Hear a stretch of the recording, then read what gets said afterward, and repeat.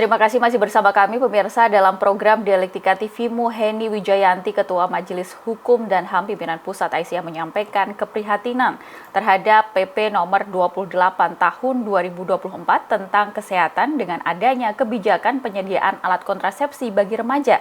Ia juga menegaskan aturan secara teks tidak sejalan dengan kebijakan Kementerian PPPA tentang pencegahan pernikahan dini.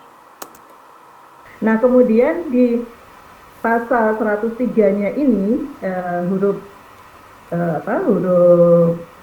pasal 103 ayat 4 huruf E, di sini ada ketentuan yang terkait dengan penyediaan alat kontrasepsi ya. Jadi selain pelayanan kesehatan itu dengan melakukan deteksi dini penyakit, pengobatan, rehabilitasi, konseling, ini mungkin sebagai satu bentuk tindakan kuratif begitu ya, ketika terjadi kondisi-kondisi di mana anak-anak remaja sudah melakukan hubungan seks, kemudian penyediaan alat kontrasepsi seolah-olah ini menjadi satu solusi begitu. Nah, tetapi ini akhirnya menimbulkan penafsiran bahwa dapat diaksesnya ya alat kontrasepsi ini pada anak usia sekolah dan remaja.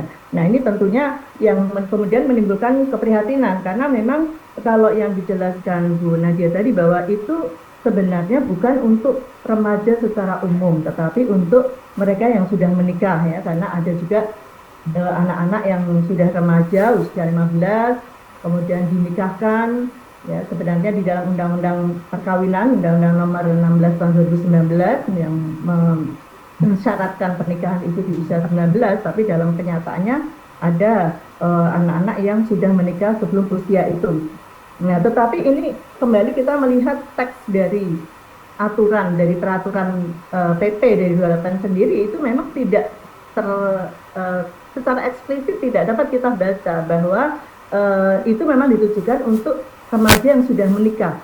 Ya, seperti tadi Pak Dr. Adib juga menyampaikan, di penjelasan juga kami melihat penjelasannya cukup jelas begitu.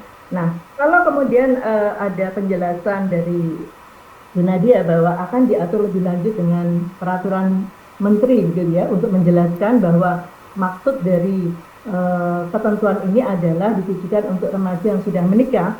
Ini kalau dari sisi legal drafting sebenarnya juga harus ada mandat gitu ya. Ada mandat dari PP itu sendiri bahwa untuk hal-hal yang berkaitan dengan penyediaan alat kontrasepsi bagi remaja itu akan diatur lebih lanjut dengan peraturan menteri. Nah, masalahnya ini kan tidak kita temukan. Itu satu.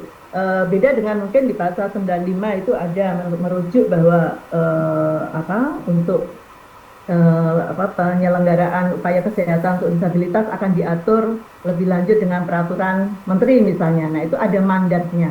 Kemudian kalau dijelaskan bahwa ini untuk remaja yang sudah menikah, berarti ini menjadi tidak sinkron dengan kebijakan dari pemerintah yang lain, yaitu tentang pencegahan perkawinan dini.